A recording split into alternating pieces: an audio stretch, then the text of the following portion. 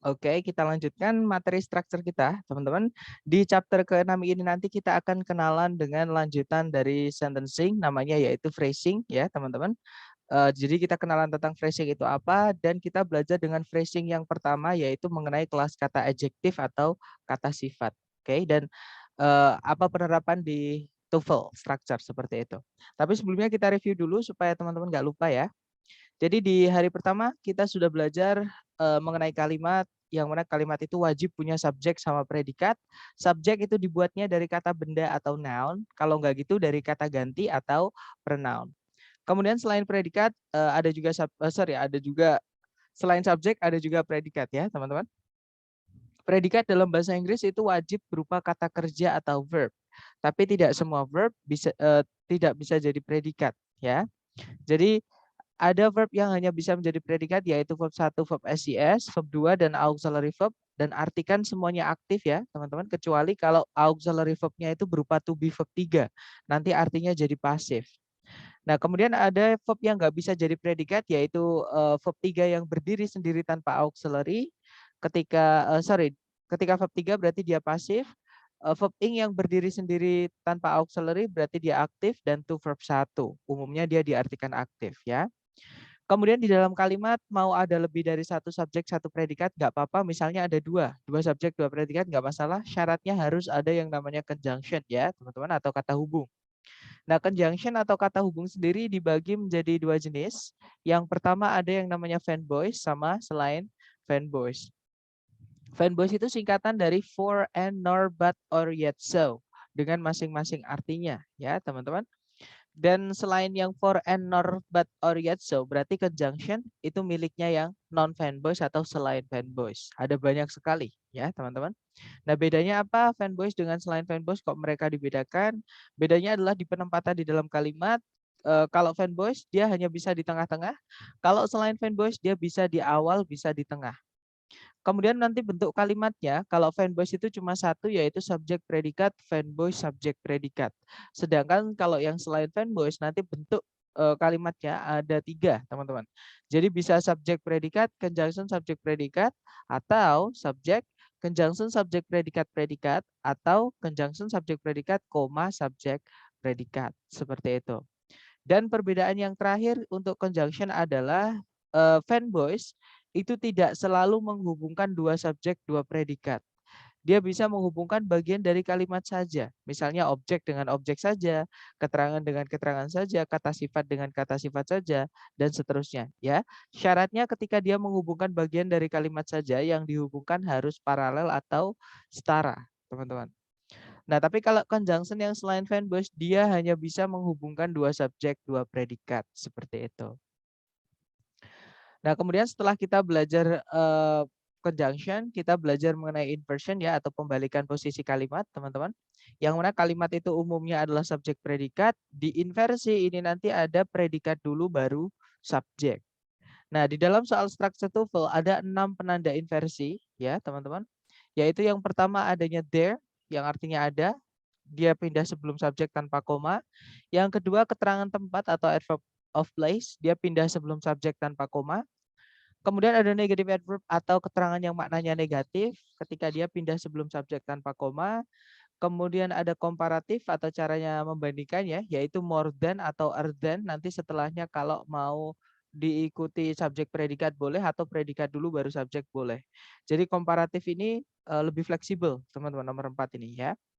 Kemudian yang kelima ada verb ing atau verb 3 yang dia agak panjang atau namanya participle phrase ya, teman-teman.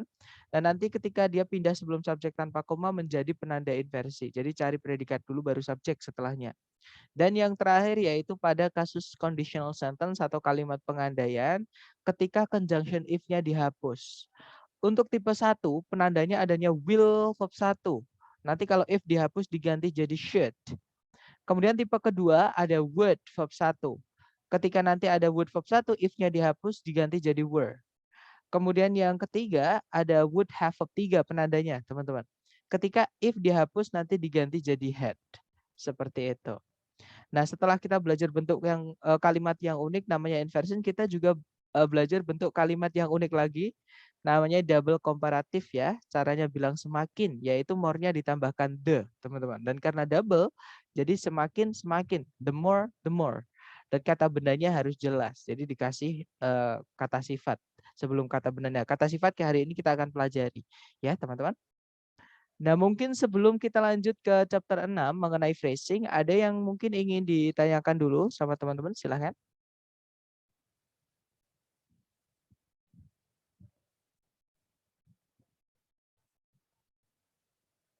Nggak ada ya, teman-teman, clear ya? Oke, kalau clear kita lanjut ke chapter 6, yaitu mengenai phrasing. Nah, phrasing itu apa? Nah, kalau sebelumnya kita sudah belajar mengenai sentencing, teman-teman, hari ini kita belajar phrasing. Nah, di sentencing kita sudah belajar mengenai 4 kelas kata. Dari totalnya nanti 7. Total kita yang kita pelajari di structure ya, teman-teman. 4 ini yaitu noun, kata benda, pronoun, kata ganti, verb, kata kerja, conjunction, kata hubung. Yang mana mereka punya fungsi dan posisi masing-masing di dalam kalimat, teman-teman. Nah, nanti teman-teman cek dulu ya, predikatnya ada enggak, kemudian subjeknya ada enggak. Nah, subjek predikat itu apa? Subjek itu dibuatnya dari kata benda atau kata ganti. Kalau predikat itu dibuatnya dari kata kerja atau verb. Jadi sudah ketemu noun, pronoun, sama verb. Nah, kemudian di sentencing lagi, misal teman-teman menemukan conjunction, terutama yang selain fanboys, ya, berarti dia harus ada lebih dari satu subjek, satu predikat. Jadi satu conjunction menghubungkan dua subjek, dua predikat, seperti itu. Nah, nanti kalau sudah dicek kelengkapan sentence-nya nggak ada masalah, cek apakah ada penanda inversi, ya, bentuk kalimatnya. Apakah harus dibalik atau enggak. Kalau nggak ada, cek lagi apakah ada penanda double komparatif. Atau sebenarnya gampang ketika teman-teman sambil mencari subjek predikat, nemu penanda double komparatif, ya sudah. Karena penanda double komparatif cuma satu, teman, yaitu the more. Entah yang di depan, entah yang di setelah koma. Seperti itu.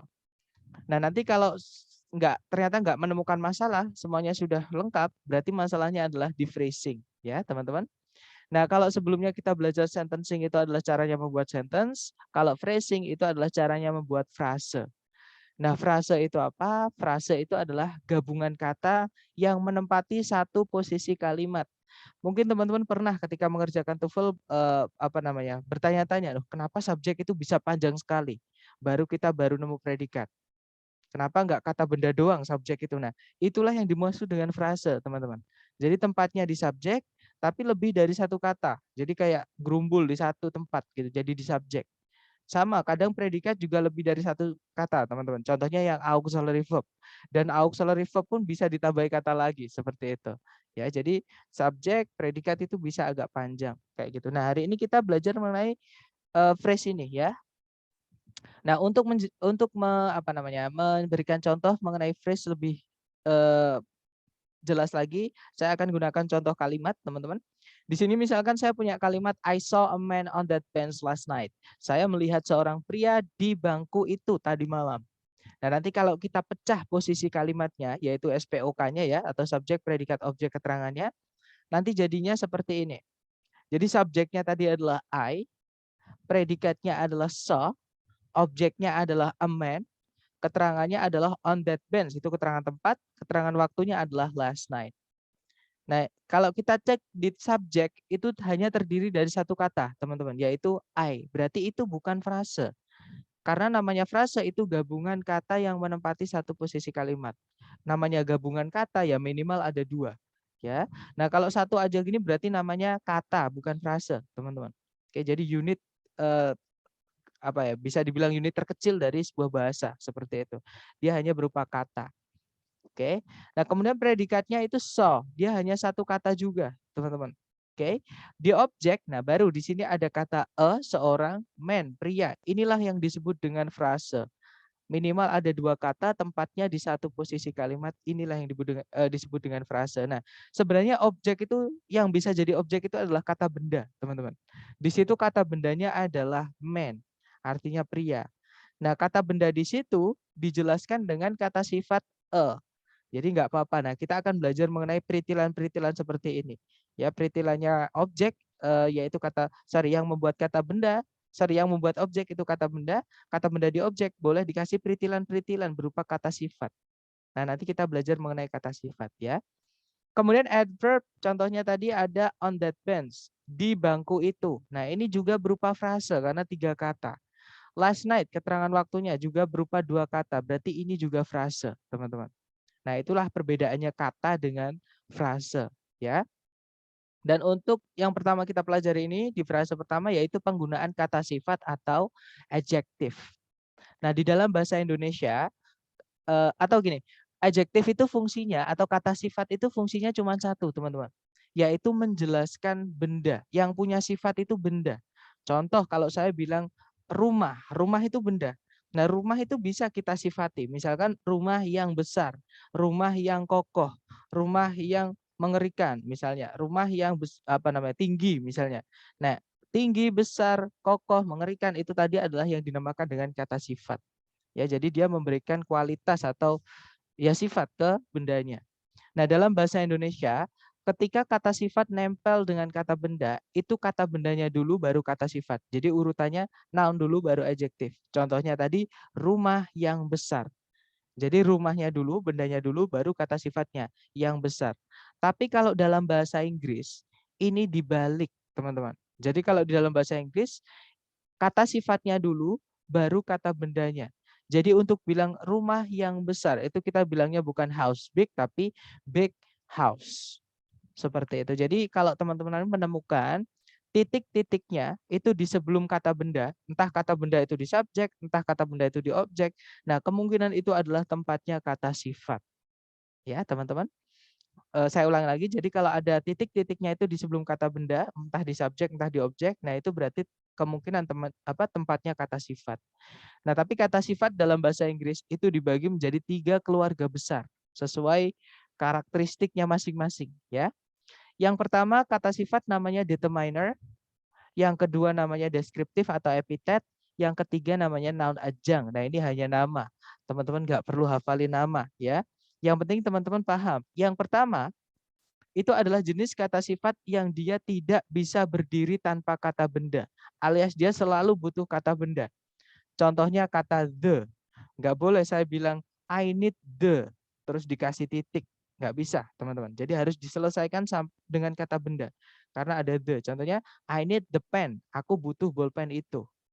Seperti itu ya. Itu namanya adjektif yang determiner.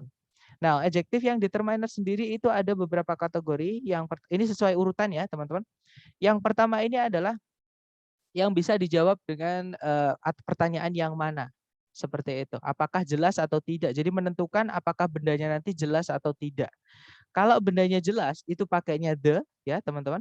Kalau bendanya tidak jelas pakainya a atau an. Atau kalau dalam grammar ini nyebutnya artikel, hanya nama.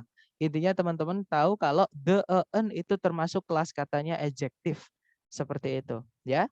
Dan teman-teman, a sama an itu nanti menentukan kalau kata bendanya itu harus tunggal. Karena a sama an itu memiliki arti sebuah, seorang, seekor. Seperti itu. Nah, tapi kalau the itu bisa diikuti kata benda jamak ataupun tunggal, bebas kata bendanya. Ya, seperti itu. Kemudian adjektif determiner yang berikutnya itu ada menentukan jauh dekatnya. Kalau kata bendanya nanti jauh, itu pakainya that atau those, tergantung bendanya banyak atau satu. Kalau bendanya satu pakainya that, contohnya that book, buku itu. Tapi kalau bendanya banyak, itu pakainya those, jadinya those books. Seperti itu, ya. Buku-buku itu. Seperti itu. Nah, kalau dekat nanti pakainya this atau these. Nah, ini tulisan sama bacaan berbalik ya, teman-teman. Yang tulisannya pakai i bacanya e. Yang tulisannya pakai e bacanya i. Seperti itu. Jadi, misalnya kalau mau bilang buku ini, this book, tulisannya pakai i, ya. This book, buku ini. Kalau bukunya banyak, these books. Jadi buku-buku ini. Seperti itu. Nah, kalau saya bilang buku-buku ini berarti bukunya dekat sama saya. Kalau saya bilang buku-buku itu berarti jauh dari saya tapi dekat dari teman-teman. Seperti itu ya. Kemudian yang berikutnya ada determiner miliknya siapa. Jadi kepemilikan atau sebutannya possessive adjective kalau dalam grammar. Teman-teman nggak perlu hafal itu malah mempersulit ya, itu hanya nama. Oke, intinya punyanya siapa atau kepemilikan itu juga miliknya kata sifat. Contohnya punya saya itu my, punyamu your, punya mereka their. punya kita, our, punya dia laki-laki, his, punya dia perempuan, her, punyanya dia yang nggak tahu cewek cowoknya, atau benda mati itu pakainya its. Kalau banyak benda matinya juga pakai there ya. Jadi there itu bukan cuma untuk manusia saja, teman-teman ya. Untuk benda mati pun kalau jumlahnya banyak juga pakainya there. Seperti itu. Atau kata benda misalnya punyanya dunia. Misalkan masalahnya dunia, masalah di dunia ini kita pakainya the world's problem. Misalnya ya, rekor dunia, the world's record. Seperti itu. Teorinya Darwin, Darwin's theory. Nah, pokoknya kalau teman-teman menemukan ada tanda petik S, itu berarti kepemilikan di dalam soal structure TOEFL. Oke. Nah, untuk kata sifat yang determiner di dalam kotak oranye ini, ketiga ini, teman-teman, kita hanya boleh milih satu saja di dalam satu frase atau di dalam satu posisi kalimat. Ya, jadi nggak boleh ada dua. Misalkan the that book itu nggak bisa, atau that the book nggak bisa, my a book nggak bisa, the book nggak bisa. Pokoknya hanya bisa milih salah satu saja, teman-teman. Di antara ketiga kategori determiner yang paling utama ini, ya, dan dia tempatnya paling depan. Kemudian masih ada lagi determiner yaitu yang numeral ya atau angka. Angka yang pertama ini menunjukkan urutan, teman-teman. Contohnya ada the first yang pertama, second yang kedua, third yang ketiga, next yang ke berikutnya, last yang terakhir, 11th yang ke-11, 21st yang ke-21, 22nd yang ke-22 dan seterusnya, ya. Kemudian yang berikutnya masih ada numeral lagi. Nah, tapi ini bukan ngomongin urutan tapi ngomongin jumlah, teman-teman. Ya, contohnya one, satu, two, dua, three, tiga, many, banyak, few, beberapa, most, hampir semua, a number of, sejumlah, a lot of, banyak, dan masih banyak lagi. Salah satunya di sini ada kata no.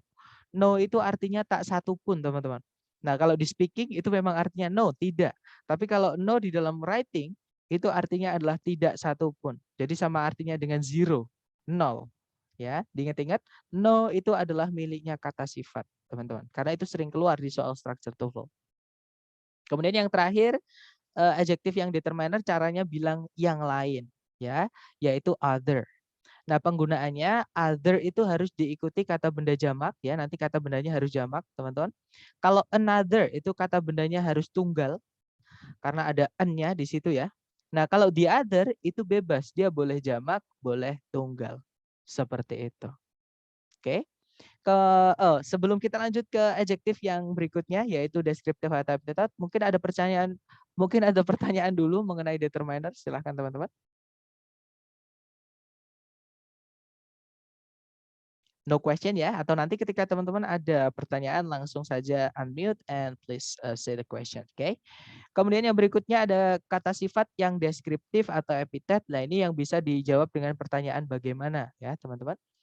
Atau deskriptif ini bedanya dengan determiner. Kalau determiner tadi selalu butuh kata benda, nggak bisa berdiri sendiri. Nah, kalau yang deskriptif ini dia bisa berdiri sendiri tanpa kata benda. Oke, teman-teman. Dan deskriptif ini dikategorikan menjadi 8 sesuai urutannya. Yaitu yang pertama, epic. Contohnya ya, yang pertama itu ada epic, expensive, famous, kind. Epic itu luar biasa.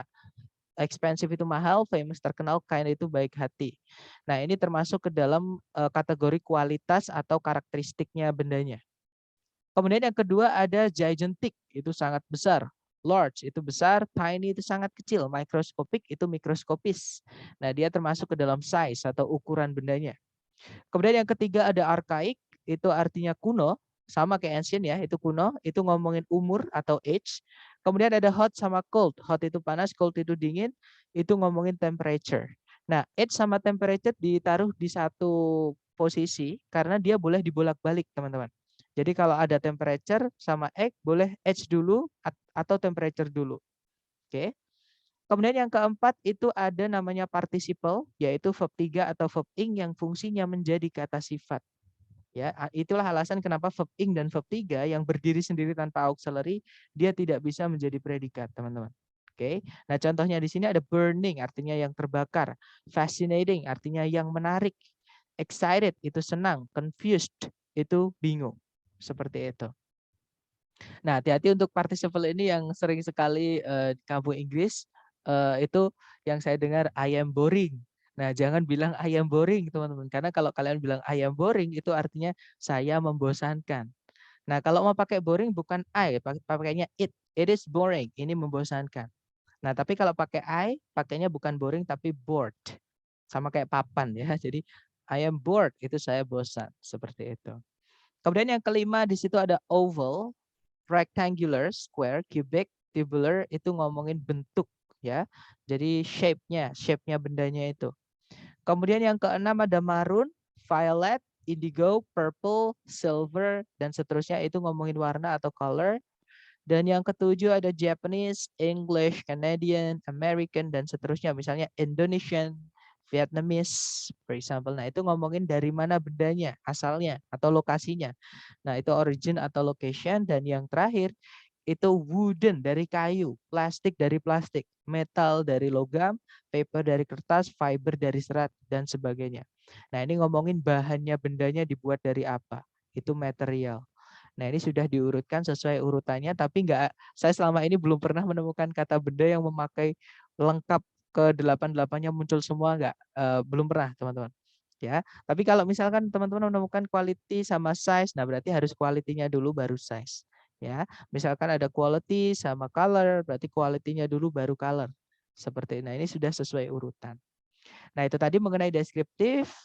Sebelum ke noun adjunct, mungkin ada yang ingin ditanyakan mengenai deskriptif, teman-teman?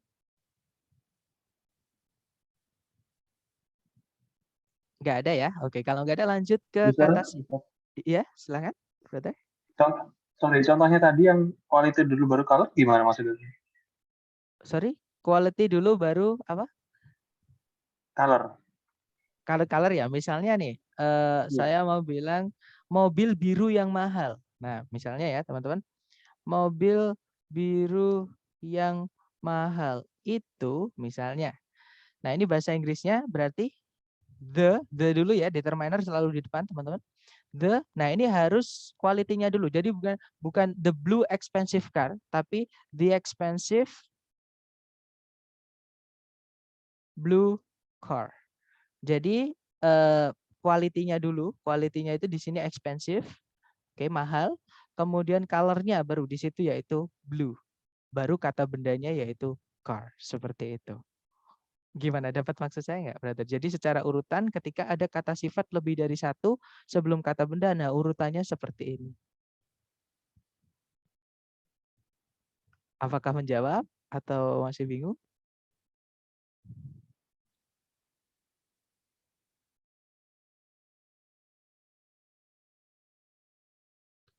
Halo?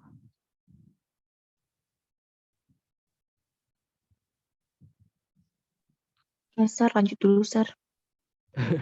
Oke, saya lanjut ya, teman-teman. Baik, kalau gitu kita lanjut ke adjektif yang ketiga, namanya noun adjunct, teman-teman. Atau, noun adjunct ini boleh disebut dengan noun adjektif, teman-teman. Intinya adalah noun adjunct ini adalah kata benda yang dia mencuri fungsinya kata sifat. Oke, fungsi kata sifat tadi adalah menjelaskan kata benda. Nah, berarti ada kata benda yang menjelaskan kata benda lain. Ya, teman-teman. Dan noun adjunct ini ada dua jenis. Ada yang dari kata benda murni, ada yang dari gerund. Gerund itu verb ing, teman-teman. Tapi bukan verb ing yang ini tadi ya, nomor 4, tapi dia verb ing yang fungsinya jadi kata benda. Nah, di sini gerund fungsinya jadi kata benda, fungsinya mengsifati kata benda lain. Seperti itu.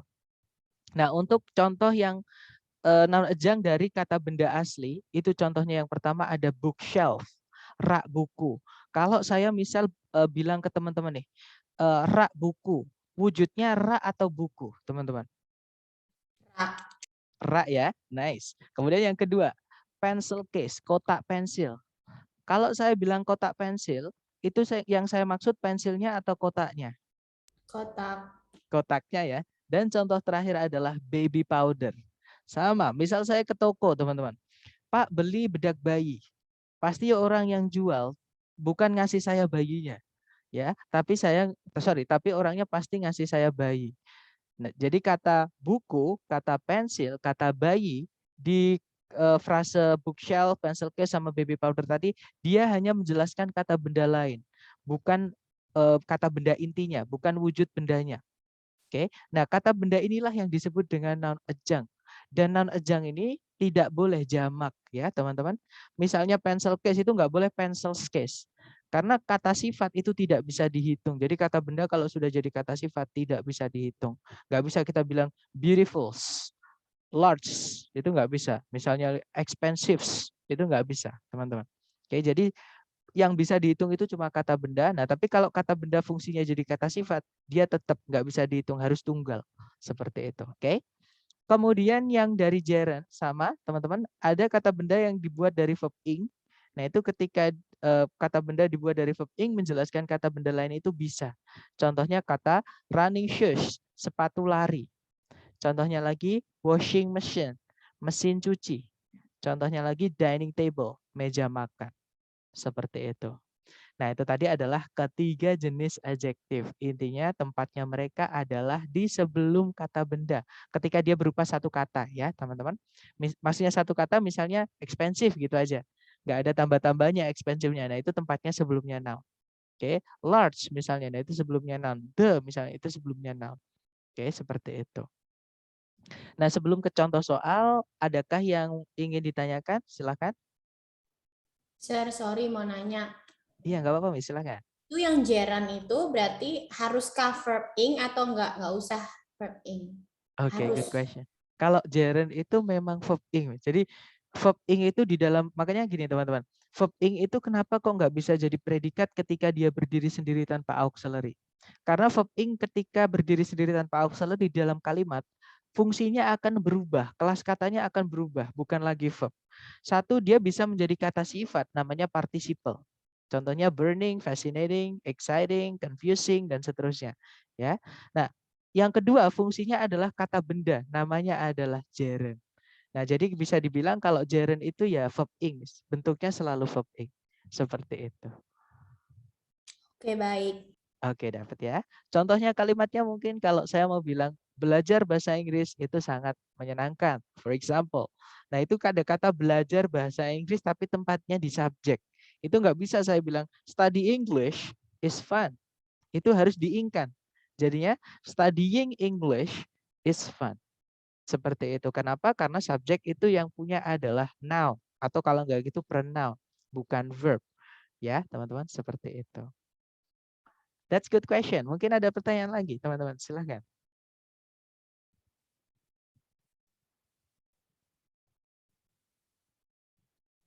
Kalau nggak ada ke contoh soal ya. Nah, di sini contoh soal pertama, caranya sama. Jadi langkah pertama itu sentencing, teman-teman. Bukan phrasing. Phrasing itu ketika sentencing udah nggak ada masalah ya. Jadi yang pertama cari predikatnya dulu. Pertanyaan saya ke teman-teman. Di soal apakah teman-teman melihat ada kata kerja atau predikat? Tidak ada. Are you sure? Karena saya menemukan, wes ada satu di situ. Arouse. Iya, that's right. Aroused itu adalah membangkitkan, teman-teman. Subjeknya yang mana? Apakah sudah ada subjek sebelum kata aroused? Belum.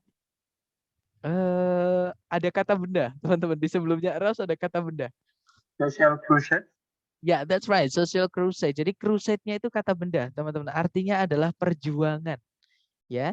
Jadi di situ ada subjek, ada predikat, tarik lagi ke belakang sampai menemukan kata conjunction. Ternyata nggak ada conjunction, nggak ada subjek lagi, nggak ada predikat lagi. Nah, ini yang saya maksud sentencing sudah lengkap. Kalimatnya sudah lengkap, teman-teman. Nah, karena titik-titiknya itu berada di paling depan, ya itu tempatnya sebelumnya kata benda crusade, berarti kita hanya diminta untuk menambahkan saja sisa kata sifat yang menjelaskan kata benda crusade selain sosial, ya sudah, berarti cari ABCD yang dia adalah kata sifat. Ada yang masih ingat tadi ABCD yang kata sifat yang mana, teman-teman? No. Ya, that's right. Di chat ada yang menjawab alfa, yaitu jawabannya yang alfa ya, teman-teman. Satu-satunya jawaban satu-satunya kata sifat di jawaban itu hanya yang alfa. No tadi miliknya determiner yang menunjukkan jumlah bendanya. Jadi no itu sama dengan artinya dengan zero, nol. No itu artinya tak satu pun. Nah, no social crusade aroused Elizabeth Williams' enthusiasm more than the expansion of educational facilities for immigrants to the United States. Kalau diartikan, tak satu pun perjuangan sosial membangkitkan antusiasmenya Elizabeth Williams lebih besar dibandingkan atau lebih banyak dibandingkan ekspansi dari fasilitas pendidikan bagi para imigran yang pergi ke Amerika Serikat. Seperti itu. Kalau yang Bravo, nothing itu kelas katanya pronoun atau kata ganti, teman-teman. Kalau kita masukkan pronoun lagi di sini, nanti subjeknya double. Ada noun, ada pronoun. Nggak bisa pemborosan subjek. Kalau yang Charlie, not itu adverb. Nah, jenis adverb not, untuk adverb kita pelajari besok ya, teman-teman. Jadi untuk sekarang jangan dulu, takutnya nanti teman-teman bingung. Jadi itu keterangan, kita nggak butuh keterangan di situ, teman-teman. Kalau yang delta, none itu adalah kata ganti sama kayak yang Bravo ya, atau pronoun. Jadi kalau dimasukkan kata ganti atau pronoun di sini nanti subjeknya double. Seperti itu. Oke, contoh soal kedua, caranya sama, cari predikat dulu, teman-teman. Hati-hati. Pertanyaan saya sama ke teman-teman. Coba dicek di soal, ada nggak predikat? Nggak perlu buru-buru, take your time, teman-teman. Kalau ada yang sudah nemu, boleh kasih tahu saya yang mana? Can. Ya, yeah, that's right. Ada auxiliary can. Nah, tapi auxiliary nggak bisa berdiri sendiri, harus ada verb lainnya, yaitu achieve ya, teman-teman. Jadi can achieve di situ adalah predikatnya. Nah, ada subjek nggak, teman-teman, di soal? Nggak ada. Nggak ada ya. Nah, memang greyhound itu kata benda. Kalau teman-teman cek di kamus, itu greyhound kata benda. Nah, tapi kenapa dia bukan subjek? Karena ada komanya, teman-teman. Subjek dan predikat itu sama-sama penting. Tidak boleh dipisah dengan 1 koma. Kalau 2 koma malah boleh ya. Jadi ada 2 koma nggak apa-apa. Kalau 1 koma nggak bisa. Oke. Jadi kita kehilangan subjek, teman-teman. Cari A, B, C, D yang ada subjeknya dan ada koma atau gitu aja. Cari yang ada komanya. Kelihatan sekali ya. Satu-satunya di pilihan yang ada komanya hanya ya yang delta, teman-teman. Jadi the fastest dog, the greyhound, can achieve speeds up to 36 miles per hour. Kalau diartikan, anjing tercepat atau namanya adalah greyhound, itu bisa mencapai kecepatan-kecepatan hingga 36 mil per jam. Seperti itu. Oke, contoh ketiga ya, teman-teman. Sama caranya, hati-hati. Apakah di soal teman-teman menemukan predikat? Is. Ya, that's right. Ada is ya, teman-teman. Subjeknya is yang mana, teman-teman? Ratchet. Iya, ada ratchet. Get, itu adalah subjeknya. Tapi jangan buru-buru dulu. Siapa tahu ada conjunction subjek predikat. Kalau ditarik ke belakang, apakah ada conjunction subjek dan predikat lagi, teman-teman? That. Ya, that itu adalah conjunction yang sekaligus dia menjadi subjek. Ya, teman-teman. Jadi dia sekaligus menjadi subjek, setelahnya diikuti predikat can move. Nah, kok ada conjunction yang sekaligus menjadi subjek? Nah, ini namanya relative pronoun, hanya nama, teman-teman. Tapi ini adalah alasan kenapa waktu kita membahas conjunction hari kedua, di conjunction yang selain fanboys itu which, who, sama that, itu saya hitamin. Saya warnai, saya blok, saya kayak apa ya? Saya tebelin dibandingkan yang lain biasa yang itu saya tebelin. Nah, ada penggunaan khususnya, salah satu penggunaan khususnya adalah di situ. Jadi that yang artinya yang itu dia bisa menjabat sekaligus menjadi subjek. Seperti itu, alias boleh langsung diikuti predikat. Nah, berarti intinya di sini kalimatnya sudah lengkap, teman-teman. Subjek, predikat, conjunction, subjek, predikat. Berarti ini bukan sentencing masalahnya, tapi di phrasing. Di sebelum titik-titik, di setelah titik-titik itu kata benda, dia tempatnya subjek, berarti di sini kita cari kata sifat saja. Cari A, B, C, D yang kata sifat saja, jawabannya yang mana, teman-teman? Ya, that's right. Jawabannya adalah yang A ya, yaitu a. Good. Dia adalah kata sifat dari determiner atau yang namanya artikel tadi. Nah, nanti kalau diartikan, race itu saya nggak tahu bahasa Indonesianya, dia adalah sejenis kunci pas, teman-teman. Jadi dia atau bisa dibilang kunci pas gitu ya. Jadi sebuah kunci pas merupakan sebuah roda atau batang yang bisa bergerak hanya di satu arah saja. Seperti itu. Oke, dari ketiga contoh tadi mungkin ada yang ingin ditanyakan sebelum lanjut ke latihan buat teman-teman. Silakan.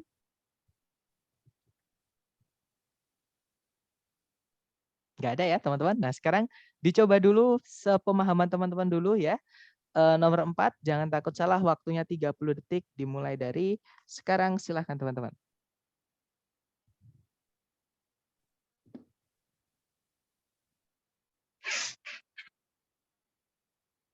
Alpha. Jawabannya dikirim di chat aja ya, teman-teman. Oh iya. Nanti kita ya, sorry, nanti kita bahas bersama.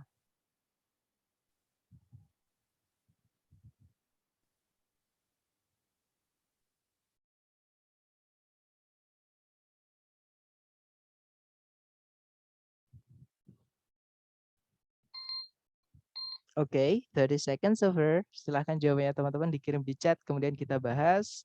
Kira jawaban alpha, alpha, alpha, alpha, alpha, dan semuanya menjawab alpha. Let's check it together. Cari predikat dulu. Di situ kalau ditarik dari depan ke belakang ada is also known, aka ya teman-teman, is also known as.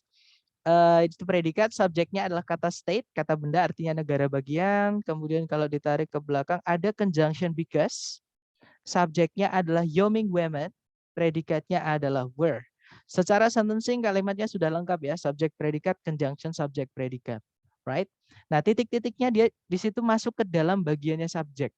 Nah, berarti kita hanya diminta untuk mencari yang menjelaskan kata benda state, yaitu kata sifat. Nah, A, B, C, D yang kata sifat hanya yang alfa, berarti jawabannya yang alfa. Ya, kalau kita masukkan yang bravo, nanti ada subjek predikat lagi tapi nggak ada conjunction, nggak bisa teman-teman, pemborosan.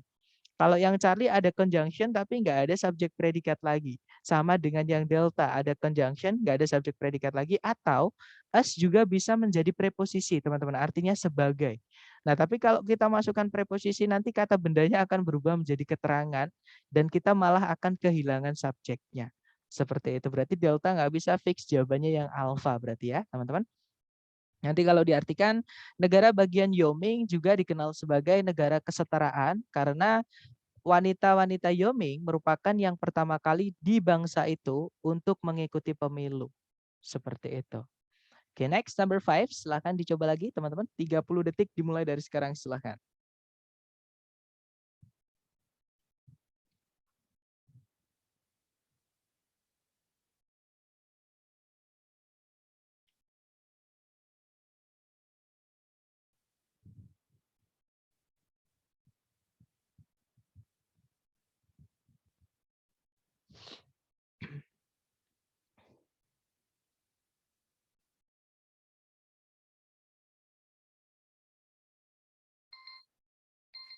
Alright, 30 seconds over. Silahkan jawaban teman-teman dikirim di chat ya. Kemudian kita bahas bersama. Baik, ada jawaban alpha, alpha, ada juga Charlie. Alright, antara alpha dan Charlie, mari kita cek ya teman-teman. Cari predikat dulu. Kalau ditarik dari depan ke belakang ada verb 2 yaitu began. Subjeknya adalah adult education, kata bendanya di educationnya. Nah, sebelumnya ada conjunction although, artinya kita butuh subjek predikat lagi. Kalau ditarik ke belakang setelah koma itu ada predikat has taken, subjeknya adalah growth ya teman-teman. Nah, berarti sudah lengkap conjunction subjek predikat, koma subjek predikat. Karena titik-titiknya ada masuk ke dalam subjek yang kedua, maksudnya kita diminta untuk melengkapi kata benda growth, yaitu dengan kata sifat. Cari ABCD yang dia hanya berupa kata sifat. Yang alpha dia kata sifat, kemungkinan alpha bisa. Yang bravo ada conjunction lagi, so, fine boys. Nanti kita butuh subjek predikat lagi ya kalau kita masukkan conjunction lagi, teman-teman. Bravo nggak bisa. Yang Charlie juga sama, ada conjunction lagi, but nanti kita butuh subjek predikat lagi. Charlie nggak bisa. Yang delta ada subjek predikat tapi nggak ada conjunction lagi, nggak bisa. Berarti fix jawabannya yang alpha, teman-teman. Nah, nanti kalau diartikan, meskipun pendidikan untuk orang dewasa di Amerika Serikat bermula di zaman kolonial atau zaman penjajahan ya, pertumbuhan utamanya sebenarnya telah terjadi sejak tahun 1920-an. Seperti itu. Oke, next number 6. Silahkan dicoba dulu. 30 seconds from now. Silahkan teman-teman.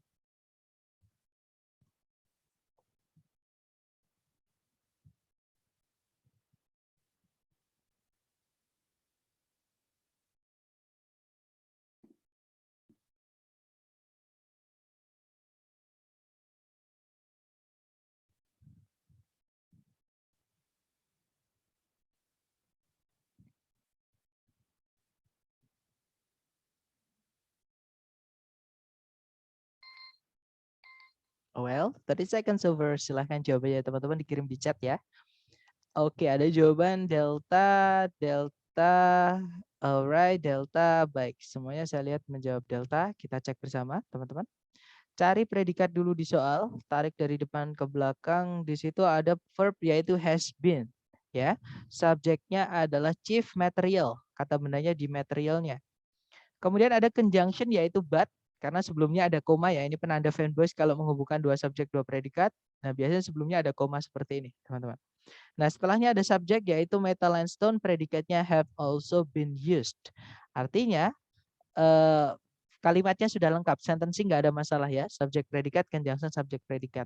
Nah, titik-titik berada di bagiannya subjek. Artinya kita nggak boleh merubah subjeknya di situ ya, tapi ditambahi nggak apa-apa, pakai kata sifat. Cari ABCD yang dia adalah kata sifat. Yang alpha ada subjek predikat lagi, nggak ada conjunction, nggak bisa. Yang bravo ada conjunction tapi nggak ada subjek predikat lagi, nggak bisa, teman-teman. Yang Charlie sama kayak yang alpha ada predikat lagi tapi nggak ada conjunction, nggak bisa. Jawabannya adalah yang delta, itu kata sifat ya. The. Nah, nanti kalau diartikan dalam sejarah, bahan pokok untuk pembuatan furnitur adalah kayu. Namun, logam dan batuan itu pernah juga digunakan. Kalau diartikan seperti itu. Oke, the answer is delta. Good job. Lanjut number 7, teman-teman silahkan. You have 30 seconds from now. Silahkan.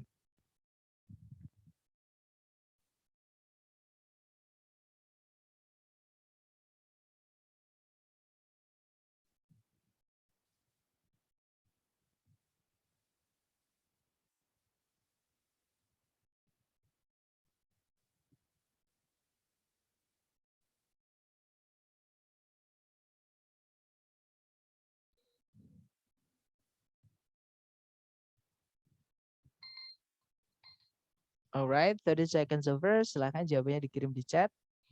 Oke, ada yang menjawab bravo, ada juga delta. Oke, ada juga Charlie. Alright, bravo, Charlie atau delta. Let's check together, teman-teman. Cari predikat dulu di soal. Kalau ditarik dari depan ke belakang, di situ ada predikat dates, ya. Subjeknya adalah map. Kemudian sudah tidak ada penanda subjek predikat lagi, artinya sentencing sudah lengkap ya. Nah, berarti di titik-titik kita hanya diminta untuk melengkapi subjeknya kata benda map di situ. Cari kata sifat ya. Yang alpha, known to be the oldest. Nah, ini yang saya maksud tadi, teman-teman. Kalau kata sifat di sini ada verb 3 ya. Kalau dia panjang seperti ini, tempatnya bukan di sebelum kata bendanya, tapi tempatnya adalah di setelahnya. Nah, kalau misalkan dipindah ke sebelum subjek apa salah? Jawabannya nggak salah, tapi nanti dia jadi penanda inversi, teman-teman. Masih ingat penanda inversi nomor 5, yaitu adanya verb 3 atau verb ing yang dia agak panjang, pindah sebelum subjek tanpa ada koma, itu nanti jadi penanda inversi. Alpha nggak bisa karena di soal tidak diinversi. Yang bravo ada subjek, predikat lagi, tapi nggak ada conjunction, nggak bisa, teman-teman. Yang Charlie di situ sama kayak yang alpha, bedanya hanya to be pakai as, itu dua-duanya boleh, teman-teman.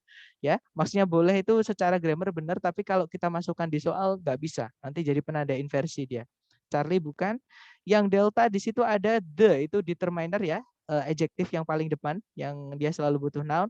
Oldest itu, sorry, oldest itu adalah umur atau age, teman-teman. Kemudian noun itu adalah participle. Nah, oldest sama noun itu miliknya jenis adjektif yang kedua namanya deskriptif. Ya, kalau nggak salah oldest itu urutan ke 3 ya. Kemudian noun itu urutan keempat atau kelima saya lupa. Intinya urutannya adalah umur dulu, age dulu atau temperature dulu, kemudian noun itu participle. Seperti itu. Ya, intinya jawabannya adalah yang delta. Nah, the oldest known map dates back to about 3000 before Christ atau before century. Nanti kalau diartikan peta tertua yang pernah diketahui berawal dari sekitar 3000 tahun sebelum Masehi. Seperti itu. Kita lanjut lagi ya, teman-teman. Ke nomor, hati-hati dengan dates.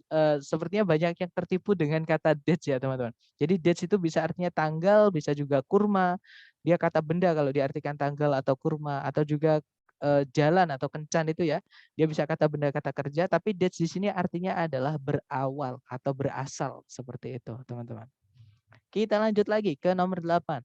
Silahkan dicoba dulu, 30 detik dimulai dari sekarang, silahkan teman-teman.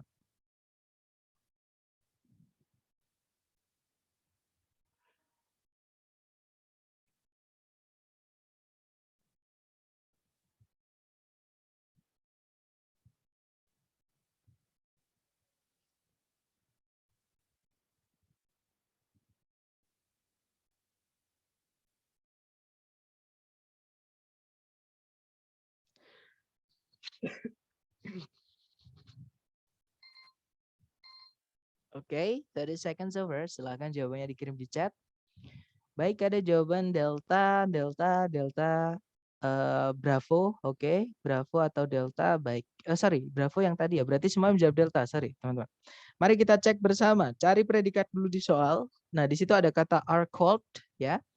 Subjeknya adalah depressions, oke. Nah, berarti kalimatnya sudah lengkap, subjek predikatnya, artinya di situ kita hanya diminta untuk mencari penjelas kata benda, karena tempatnya di sebelumnya itu tempatnya adjektif atau kata sifat. Cari A, B, C, D yang dia hanya kata sifat. Yang alpha ada predikat lagi are, predikatnya double ya nanti, nggak ada conjunction, nggak bisa. Yang bravo, nah kalau teman-teman menemukan titik-titik di paling depan seperti ini ya, kemudian diawali dengan predikat jangan dipilih.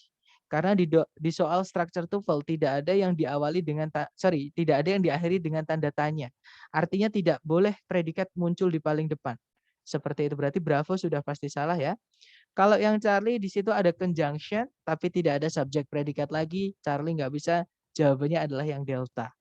Yaitu kata sifat, dia deep. Jadi nanti kalau dibaca, deep depressions in the ocean floor are called trances. Kalau diartikan, cekungan-cekungan yang dalam, di dalam dasar laut, disebut dengan trances. Trances itu palung, teman-teman. Oke, lanjut ya ke nomor 9. Silahkan dicoba dulu 30 seconds from now. Silahkan teman-teman.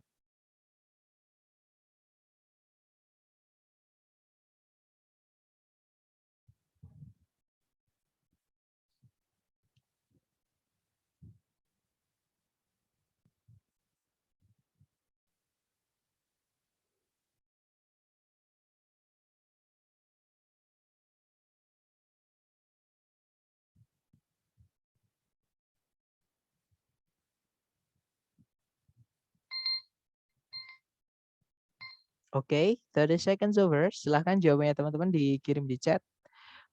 Kemudian kita cek ya. Oke, ada jawaban alpha, alpha, dan saya lihat semuanya menjawab alpha. Ada jawaban lain yaitu delta. Oke, alpha dan delta. Mari kita cek teman-teman. Cari predikat dulu. Kalau ditarik dari depan ke belakang, di situ ada verb 2 yaitu rejected. Nah, subjek predikat nggak boleh dipisah dengan 1 koma. Di situ sebelumnya predikat ada 1 koma, cari koma lagi teman-teman. Nah, berarti subjeknya di setelah 2 koma itu yaitu futurism. Oke. Kemudian sudah tidak ada penanda subjek predikat lagi, artinya kalimat sudah lengkap. Ya. Nah, titik-titiknya di situ kita lihat setelah titik-titik ada kata benda atau tidak, ternyata ada kata benda yaitu movement, teman-teman.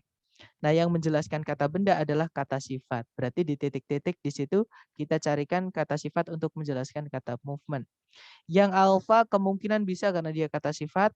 Yang bravo ada conjunction tapi nggak ada subjek predikat lagi, nggak bisa. Yang Charlie ada conjunction, ada subjek it, ada predikat was. Nah, sebenarnya secara struktur dia bisa, teman-teman, tapi secara makna dia nggak bisa. Nah, nanti saya jelaskan alasannya ya sebentar. Intinya yang Charlie kita tahan dulu. Kalau yang delta nggak mungkin kita masukkan predikat lagi kalau nggak ada conjunction sama subjek lagi. Delta nggak bisa. Nah, yang Charlie ini nggak bisa. Kenapa? Karena that, teman-teman, itu kalau sebelumnya ada kata benda, contohnya di sini ya, ada futurism itu kata benda, itu artinya yang. Dan kalau artinya yang, itu subjek atau objek, itu salah satu harus ada yang hilang. Nah, kenapa kok gitu? Oke, saya akan simulasikan menggunakan bahasa Indonesia aja ya. Misal saya punya 2 kalimat seperti ini, teman-teman. Orang yang dia memberitahumu letak letak rumahku misalnya ya adalah Mr. P misalnya, teman-teman. Jadi orang yang dia memberitahumu letak rumahku adalah Mr. P. Bandingkan dengan kalimat kedua, orang yang memberitahumu letak rumahku adalah Mr. P. Kira-kira enak yang mana, teman-teman? Yang atas atau yang bawah? Bawah. Yang bawah ya. Nah, ini yang saya maksud. Jadi kalau kita pakai kata yang atau di situ that ya, itu subjek atau objeknya, maksudnya subjek objek setelahnya ya, itu nggak boleh lengkap, teman-teman. Subjek atau objek salah satu harus hilang. Kalau subjeknya hilang berarti objeknya jangan hilang. Kalau objeknya hilang, subjeknya harus hilang. Oke. Nah, yang di soal ini yang Charlie ini itu ada it-nya di setelahnya that, sedangkan setelah predikat was itu ada kata benda yaitu movement tadi. Nah, dia lengkap, berarti nggak bisa, teman-teman. Oke, jadi kalau yang artinya yang itu nggak boleh lengkap setelahnya. Subjeknya atau objeknya salah satu harus hilang seperti itu. Nah, nanti kalau diartikan pun nggak enak. Futurism yang dia merupakan sebuah gerakan gerakan seni di abad ke 20 awal atau di awal abad ke-20 menolak seluruh tradisi dan berupaya untuk meramaikan hidup modern dengan cara menekankan pada mesin-mesin dan motion. Saya nggak tahu motion di sini artinya apa, tapi motion itu artinya banyak, ada gerakan, ada maksud dan banyak, teman-teman, ya. Motion itu gerakan, teman. Kalau maksud itu notion pakai n. Sorry, saya lupa. Ya, intinya nggak enak. Jadi kalau mau pakai yang di sini, berarti nggak usah pakai it. Harusnya futurism yang merupakan sebuah gerakan seni di awal abad ke-20. Nah, harusnya seperti itu. Oke, lebih enak didengar ketika nggak ada it-nya. Nah, itu alasan nanti kita akan pelajari lebih dalam penggunaan that yang artinya yang dan teman-temannya itu di hari ke-10 ya, teman-teman. Di bab namanya dependent clause atau anak kalimat. Intinya jawaban di sini adalah yang alfa. Ya, nanti kalau diartikan futurism sebuah gerakan seni di awal abad ke-20 menolak seluruh tradisi dan berupaya untuk meramaikan kehidupan modern dengan cara menekankan pada mesin dan gerakan seperti itu. Nah, itu maksudnya saya nggak paham, cuman jawabannya adalah yang alfa ya, teman-teman. Kita lanjut ke nomor 10. Silahkan dicoba dulu nomor 11, teman-teman. Waktunya 30 dimulai dari sekarang. Silahkan.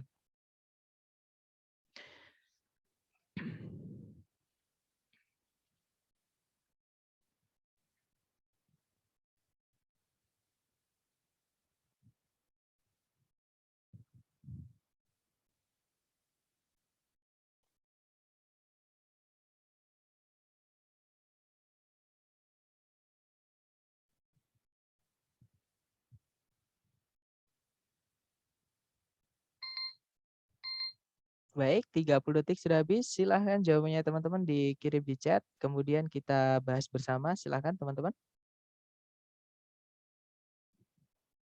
Oke, ada 7 jawaban. Bravo, bravo. Oke, semuanya menjawab bravo. Kita cek teman-teman.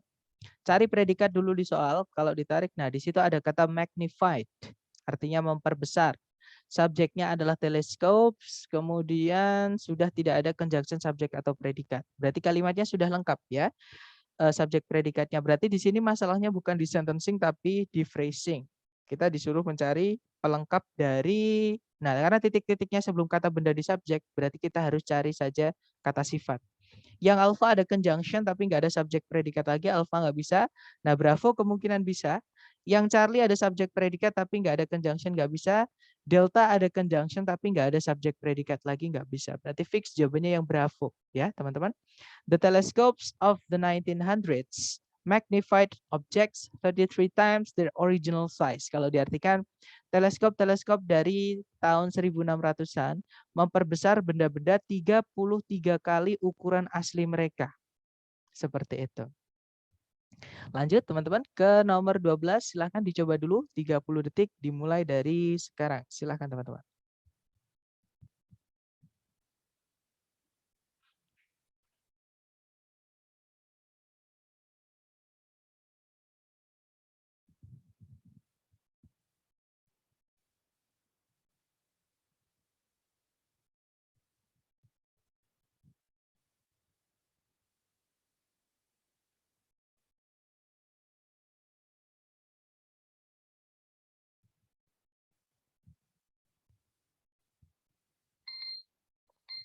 Oke, 30 seconds over. Silahkan jawabannya dikirim di chat, teman-teman.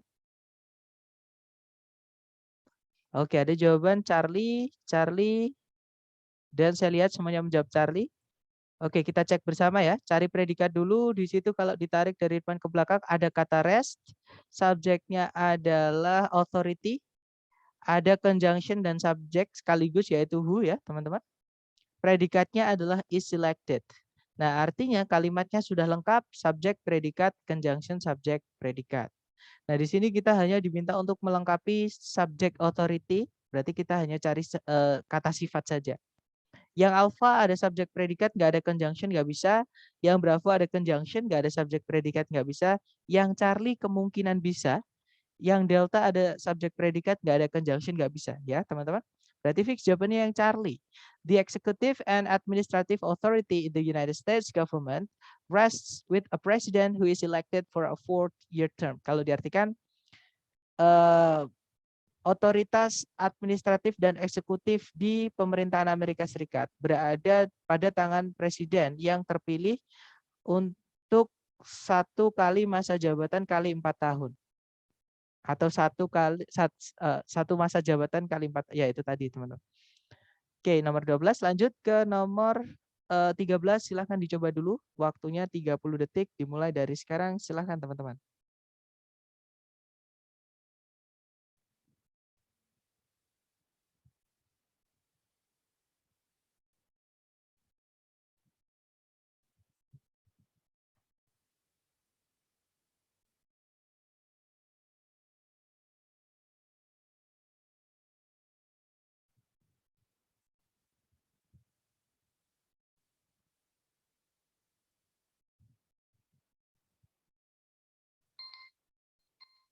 Oke, 30 detik sudah habis. Silahkan jawabannya dikirim di chat.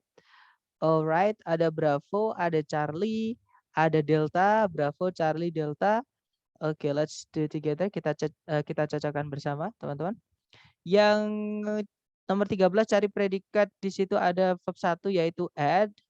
Subjeknya adalah angles, artinya sudut ya. Sudah tidak ada penada subjek predikat lagi, artinya sentencing nggak ada masalah, sudah lengkap ya. Berarti ini masalahnya di phrasing karena titik-titiknya tempatnya di subjek, berarti kita hanya diminta mencari penjelas dari subject angle. Cari kata sifat, teman-teman. Yang alpha ada conjunction-nya, if nggak bisa, nanti kita butuh subjek predikat lagi. Yang bravo, the three kemungkinan bisa, ada determiner, 2 determiner ya. The ini determiner yang dalam kotak oranye, three itu yang bukan, jadi nggak apa-apa kalau mau ketemu. Kita tahan dulu. Kalau yang Charlie ada 3 of. Nah, hati-hati teman-teman. Sebenarnya penjumlah itu boleh ditambahkan of. Contohnya one of, some of, all of, few of, kayak gitu ya. Misalnya some of, kemudian ada juga one of, one of, ada juga apa lagi teman-teman? All of misalnya. Nah, tapi some of, one of, all of ini tidak bisa langsung diikuti kata benda setelahnya. Misalnya langsung ditambahkan kata benda ini nggak bisa. Ya, jadi all of itu harus ada determiner dulu setelahnya. Misalnya all of the, baru noun-nya. Some of the, baru noun-nya. Ya, teman-teman. Jadi harus ada the atau teman-temannya the. Misalnya some of my, misalnya some of my pets, beberapa dari binatang-binatang peliharaanku, misalnya. Jadi harus ada determiner, nggak boleh langsung kita bilang some of pets, itu nggak bisa teman-teman. Nah tapi kalau some pets itu bisa, ya. Berarti yang Charlie itu nggak bisanya karena ditambah dia kekurangan kata the. Oke, jadi sebentar teman-teman. Oke itu ya. Jadi nggak bisa kalau of tapi nggak ada the-nya, nggak bisa kalau pakai penjumlahan. Jadi Charlie nggak bisa karena kehilangan the setelahnya atau teman-temannya the, seperti itu. Kalau yang delta ada predikat tapi nggak ada conjunction, nanti predikatnya double, delta nggak bisa, berarti fix jawabannya yang bravo, teman-teman. Oke, nanti kalau diartikan ketiga sudut dari segitiga apapun selalu berjumlah hingga 180 derajat ketika ditambahkan. Seperti ini. Nah, kalau pakai pronoun di chat ada yang bertanya, kalau love me gimana? Nah, kalau pronoun itu memang nggak bisa ditambahkan kata sifat, teman-teman. Nggak bisa saya bilang the I. Itu nggak boleh.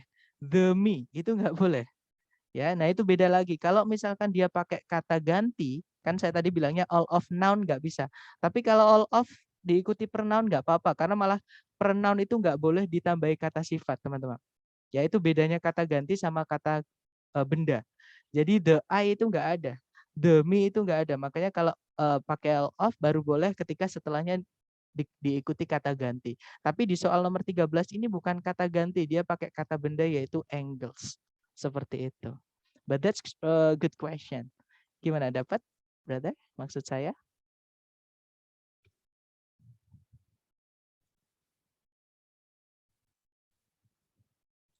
Oke, dapat ya. Right.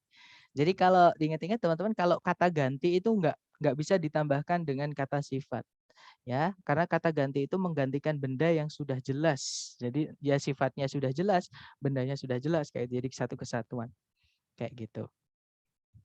Oke, kita lanjut ya ke nomor berikutnya. Silahkan dicoba dulu nomor 14. Waktunya 30 detik dimulai dari sekarang. Silahkan teman-teman.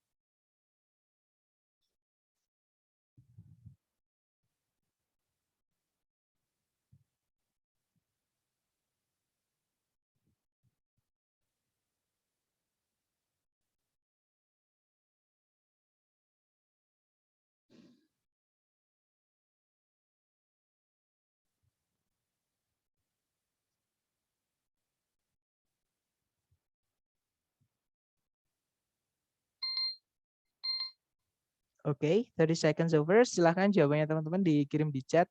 Kemudian kita bahas ya.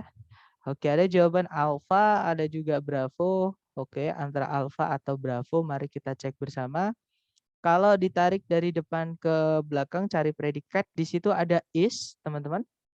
Subjeknya adalah red clover. Kemudian sudah tidak ada penanda subjek predikat lagi ya. Berarti di situ sentencing sudah lengkap. Titik-titiknya di bagian dari subjek berarti itu tempatnya adjektif atau kata sifat. Yang alfa kemungkinan bisa, yang bravo ada predikat lagi. Nanti predikatnya double, kita butuh conjunction, bravo nggak bisa. Yang Charlie juga sama, ada subjek predikat lagi tapi nggak ada conjunction, nggak bisa. Yang delta ada conjunction tapi nggak ada subjek predikat lagi. Nggak bisa, nanti kalau diartikan nggak lengkap, teman-teman. Berarti jawabannya adalah yang alfa ya. The red clover, high in protein content, is an extremely important leguminous hay and pasture plant of the eastern United States. Kalau diartikan, semanggi merah yang tinggi kandungan proteinnya merupakan sejenis tanaman kacang-kacangan yang penting dan tanaman pasture. Kalau nggak salah pasture itu mungkin tanaman obat ya teman-teman, atau tanaman gurun. Saya kurang yakin ya antara tanaman obat atau tanaman gurun yang berasal dari Amerika Serikat bagian timur. Seperti itu. Oke, nice. Jawabannya alfa. Lanjut lagi terakhir nomor 15. Dicoba dulu 30 detik dimulai dari sekarang. Silahkan teman-teman.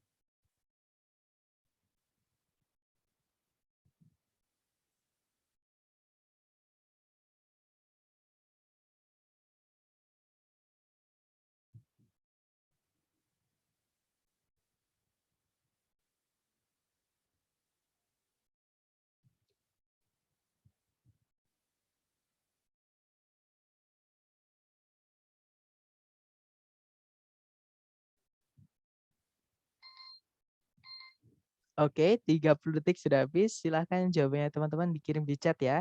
Kemudian kita bahas bersama. Di antara alfa, ada juga bravo, ada juga Charlie, ada juga delta. Oke, mari kita cek bersama. Sudah lengkap ya teman-teman. Seperti biasa kita cari dulu predikatnya. Di situ kalau ditarik dari depan ke belakang ada verb SES yaitu helps. Ya. Kemudian cari subjeknya, di situ hati-hati teman-teman. Memang sebelumnya helps itu ada kata benda, yaitu buildings itu kata benda, tapi dia bukan subjek teman-teman. Kenapa? Kalau di kata kerjanya itu sudah ada S-nya, kata bendanya itu nggak boleh punya S. Atau dibalik, kalau subjeknya sudah punya S, itu kata kerjanya nggak boleh punya S. Loh berarti soalnya salah, Sir. Soalnya nggak salah, teman-teman. Nah, berarti wooden buildings di sini ini bukan subjek, tapi dia objeknya sesuatu. Nah, karena sesuatu di sini adalah subjek, maksudnya titik-titik di situ kan tempatnya subjek, teman-teman. Cari subjek yang boleh punya objek. Nah, subjek jadi gini, yang boleh punya objek itu kelas kata cuma 2, teman-teman. Yang pertama yaitu kata kerja, yang kedua yaitu preposisi. Oke. Nah, tapi nggak mungkin di situ kita masukkan preposisi. Kenapa? Karena preposisi ditambah kata benda nanti berubah menjadi keterangan. Keterangan nggak bisa jadi subjek. Oke, berarti alternatif terakhir adalah harus kita masukkan verb di sini. Tapi karena tempatnya jadi subjek, verbnya harus kita rubah jadi kata benda yang tadi saya bahas namanya adalah gerund. Gerund itu verb ing, teman-teman. Cari ABCD yang dia hanya berupa verb ing, ya. Yang alpha painting. Nah, kemungkinan alpha bisa. Kalau yang bravo painted. Painted di sini verb 3, nggak mungkin verb 2 di paling awal ya, teman-teman. Dia verb 3, kalau dia verb 3 dia adjektif. Nanti kata bendanya tetap jadi buildings. Nah, kalau buildings nggak bisa predikatnya helps. Nanti kalimatnya jadi salah, teman-teman. Bravo nggak bisa. Kalau yang Charlie, the paint, itu cat artinya, ya.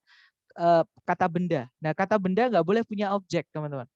Dasar itu kan noun ejang. Nah, kebalik dengan wooden, teman-teman. Kalau misalkan noun ejang. Karena harus kata sifatnya diselesaikan dulu, baru noun ejang. Seperti itu, baru kata benda yang dijelaskan. Dan misalkan ini noun ejang, berarti tetap kata bendanya di buildingsnya. Nggak boleh punya help, nggak boleh punya SIS di predikatnya. Charlie nggak bisa. Yang delta ada preposition by-nya. Nanti kata benda setelahnya berubah menjadi keterangan, teman-teman. Oke, kalau by itu di sini berarti keterangan cara atau keterangan alat. Intinya keterangan nggak bisa jadi subjek. Oke, berarti jawabannya adalah yang alpha. Painting wooden buildings helps to protect them from damage due to weather. Kalau diartikan, mengecat bangunan-bangunan yang terbuat dari kayu, membantu untuk melindungi mereka dari kerusakan yang diakibatkan oleh cuaca. Seperti itu.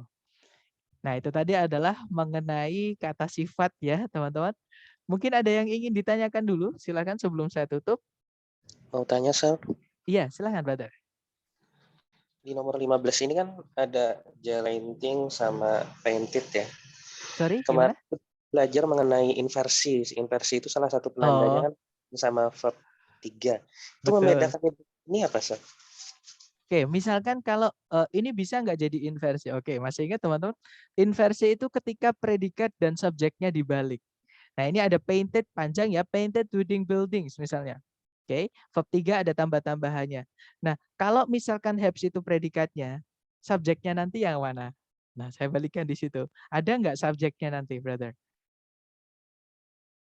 Di soal. Nggak ada. Nggak ada ya. Nah, sedangkan kalimat itu wajib punya subjek sama predikat. Seperti itu. Berarti ini kasusnya bukan di inversi. Seperti itu. Cara menentukannya gitu. Jadi misalkan itu nanti penanda inversi, teman-teman, setelah predikat, dan juga kadang predikatnya gini. Kalau predikat itu punya objek, pasti nanti ada auxiliary-nya dulu, baru subjek, baru verb yang punya arti. Nggak bisa langsung verb yang punya arti seperti ini. Oke, teman-teman. Tapi kebetulan apa namanya? Di sini memang bukan inversi, jadi memang setelahnya help juga ada kata benda. Itu to protect them, itu keterangan. From damage itu juga keterangan. Due to weather itu juga keterangan, karena semuanya diawali dengan preposisi. Seperti itu. But that's good question. Jadi misalkan kalau di situ nanti penanda inversi, pasti ada predikat subjek setelahnya di soal ya, teman-teman. Gimana? Mungkin ada pertanyaan lagi, silakan. Berarti kalau ini, Sir, kalau dia penanda inversi, dia berdiri sendiri aja kayak painting atau painted ya, langsung terus predikat. Karena sini ada wordingnya ya, ininya dia ada tabelnya lagi itu yang saya ada Sir ya. Mohon maaf, diulang, brother. Soalnya koneksi saya sepertinya bermasalah. Mohon diulang.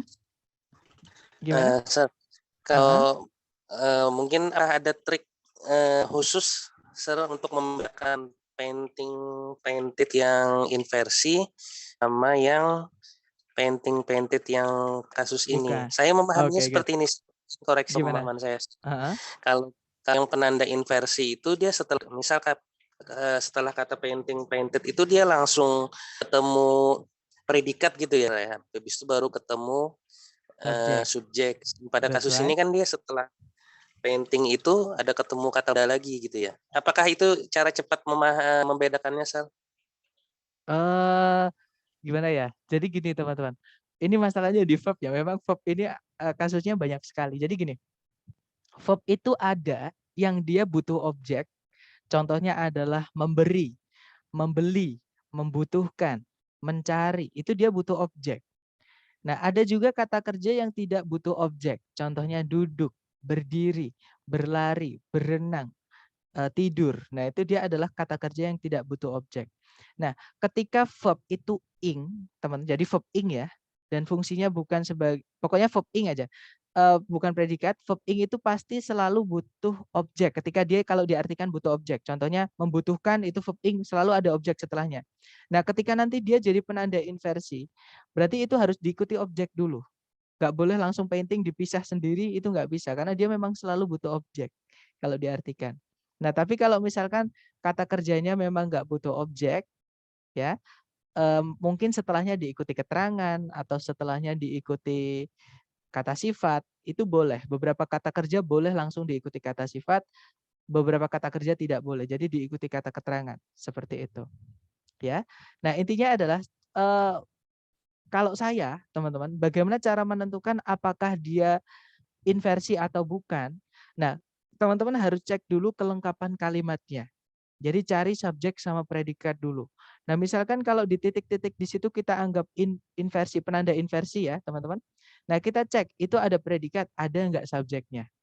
Seperti itu. Nah, kalau nggak ada subjeknya berarti nggak mungkin itu inversion karena kalimat harus dicek kelengkapan dulu. Jadi subjek predikat harus lengkap dulu. Seperti itu, brother. Nah, tapi dapat nggak maksud saya? Oke, dapat. Berarti Dapat lebih ya? ke arah struktur subjek predikatnya dulu yang penting kita That's pahami. right.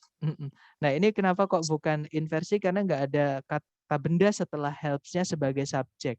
Seperti nah, kalau helps punya kata benda setelahnya pun, teman-teman itu juga bukan subjek karena helps itu bisa punya objek.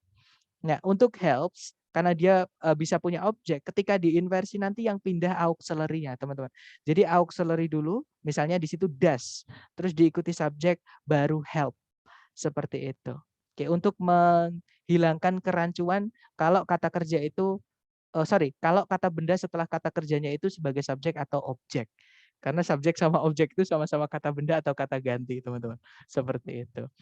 Nah, kalau di sini kan memang nggak ada kata benda setelahnya kata kerja atau intinya belum ada subjek gitu. Nah, berarti di sini kita harus carikan subjek. Seperti itu, teman-teman.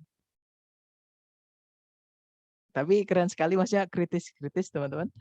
Atau nanti boleh dicoba pemahaman teman-teman di latihan yang saya buatkan di drive hari ke berapa sekarang, hari ke-6 ya teman-teman. Jadi foldernya sendiri di phrasing pokoknya sudah mulai phrasing ini latihannya di folder sendiri-sendiri. Kalau hari ke-6 berarti di folder ke-6, hari ke-7 berarti di folder ke-7. Dan nanti ketika teman-teman butuh pertanyaan apapun, penjelasan apapun mengenai bab yang sedang dipelajari, boleh japri saya. Seperti itu teman-teman.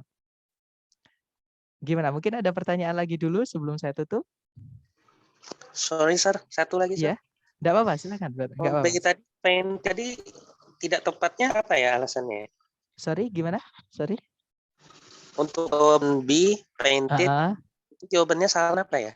Oke, painted itu verb 3, teman-teman. Verb 3 itu fungsinya hanya menjadi kata sifat. Nah, kalau painted ini kata sifat, berarti kata benda intinya di subjek atau subjeknya intinya nanti adalah kata buildings. Buildings itu artinya bangunan-bangunan, dia jamak. Kalau diganti menggunakan kata ganti pakainya they. Nah, kalau they itu verbnya harus pakai verb 1 kalau di present ya, karena ini present teman-teman. Di present itu kata kerja ada 2. Atau saya tulis saja biar nggak membayang-bayangkan ya teman-teman. Jadi present atau fakta, ini bedanya bahasa Inggris sama bahasa Indonesia teman-teman. Itu kata kerja yang dipakai ada 2. Kalau nggak verb 1 ya verb SIS. Nah bedanya apa? Verb 1 itu dipakai ketika subjeknya jamak. Oke, nanti pakainya adalah verb 1. Nah tapi kalau subjeknya tunggal, itu baru kata kerjanya ditambahkan SIS, teman-teman. Atau begini, kalau saya lebih enaknya cara mengenali atau cara mengingatnya lebih gampang. Kalau di present atau fakta, subjeknya itu enggak ada S-nya, maka kata kerjanya yang ditambah S, teman-teman. Karena dia tunggal subjeknya, ya. Kalau subjeknya ada S-nya, berarti kata kerjanya jangan ditambah S. Nah, balik lagi ke soal. Di situ kata bendanya ada S-nya, sedangkan predikatnya juga ada S-nya. Ini nggak bisa, teman-teman. They helps itu nggak ada dalam bahasa Inggris ya. Jadi yang ada they help. Nah, tapi di sini nggak mungkin soalnya salah. Seperti itu. Nah, berarti buildings di sini bukan subjek tapi objek.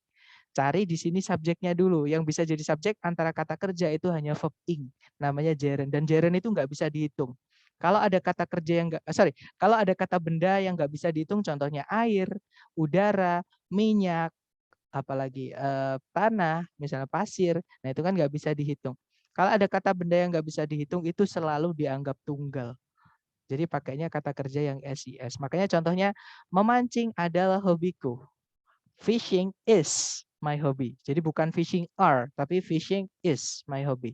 Kemudian contoh lagi, membantu orang-orang itu baik misalnya. Helping others atau helping other people is good. Jadi jangan tertipu dengan kata people-nya, teman-teman. Karena di situ subjeknya adalah membantu orang-orang yang lain. Subjeknya kata membantunya. Nah, kata kerja itu nggak bisa kita bilang sebuah membantu, dua buah membantu. Nah, itu selalu dianggap tunggal. Seperti jadi kita bilangnya membantu gitu aja. Sama kayak painting di sini, painting itu dianggap tunggal. Jadi buildings di situ bukan subjeknya, itu jadi objeknya si subjek painting. Seperti itu. Nah, karena tunggal pakai verb SIS. Gimana, dapat nggak berarti maksud saya? Oke, dapat Sal. Makasih. Oke, dapat ya. Alright. That's good question. Gimana? Ada pertanyaan lagi, teman-teman? Silakan.